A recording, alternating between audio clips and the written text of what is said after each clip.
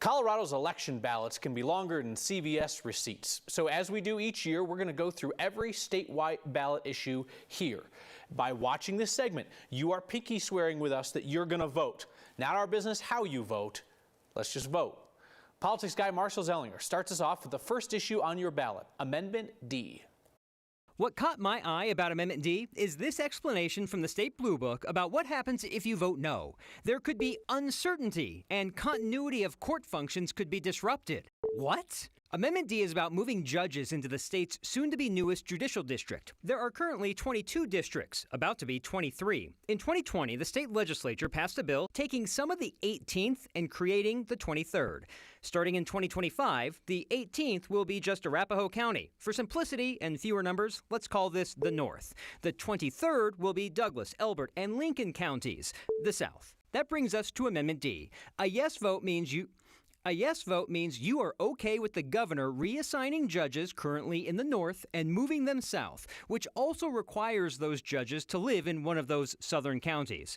A no vote means, well, it's not clear. It means the governor cannot move those judges, and new judges will have to be selected through the normal vacancy process, which I'll explain momentarily. Here's why it's messy. When the legislature created the South, it also mandated that the North would shrink from 24 judges to 17, and that the South would have 8. A yes vote means that you will allow the governor to move 7 judges from the North to the South. Normally, judge vacancies are filled by a judicial nominating commission. The commission receives applications, nominates judges for openings, and the governor appoints the judge. Then, in future elections, voters decide if that judge can keep their job. The commission does not handle moving a judge from one district to another. A no vote does not prevent the South from being created. That's happening in 2025. A no vote just means we don't know how the North would lose 7 judges since they can't be fired. District judges appear on a ballot every 6 years, so they can be voted out, they can resign, or they serve until they're 72. But there is no method to say, hey, you 7 judges are automatically out in 2025. I promise that was for simplicity, not to create a Civil War type thing. Remember I said that judges have to live in the district they work. Right now, they all live in the North, the 18th, because it's all 4 counties.